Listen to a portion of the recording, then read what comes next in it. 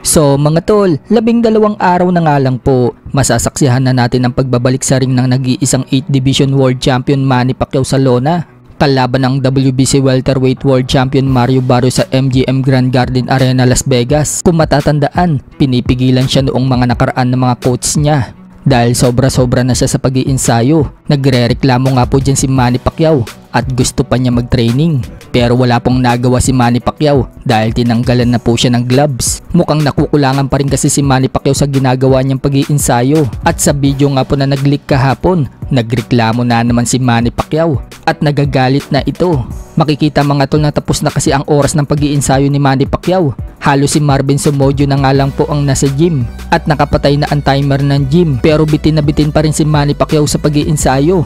Tinuro niya ang timer, bakit daw nakapatay na agad. Nagalit nga dyan si Manny Pacquiao mga tol at napapasuntok ito sa kamay niya. Sinabi ni Manny Pacquiao, magkakasakitan tayo dito, habang pinupuntahan niya yung timer para buksan ulit. Pagkabukas nga mga tol, pumasok ulit ito sa ring at nag-shadow boxing siya. So grabe talaga si Manny Pacquiao, talagang sobrang sipag niya sa pag-iinsayo. Hindi nga po siya dyan napigilan mga tol. Baka kasi yung galit ni Manny Pacquiao sa pagkatalo niya sa eleksyon, baka sa kanila maibuntong yung galit. Mukhang hindi hahayaan ni Manny Pacquiao na matalo siya dito kay Barrios. Natalo na nga siya sa eleksyon, tapos matatalo pa siya dito kay Barrios. Hindi po yung katanggap-tanggap kay Pacquiao. Sa isang video naman mga tol, habang minimit siya ni Buboy Fernandez, kitang-kita sa mukha ni Buboy Fernandez na latang-lata na ito. Pero si Pacquiao, habang sumusuntok, sinasabihan si Buboy Fernandez na i-enjoy lang daw ang training. Halos magkanda duling-duling na nga po si Buboy Fernandez mga tol sa pagod. Marami nga po nagsasabi mga tol na mga nakakakita sa loob ng camp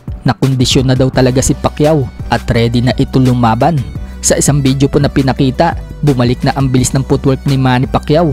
Binunyag na po ang sikreto ni Pacquiao kung ano ang ginagawa niyang exercise para bumilis ang kanyang footwork. May isang box nga po na nakapatong sa sahig habang tumatalon si Manny Pacquiao.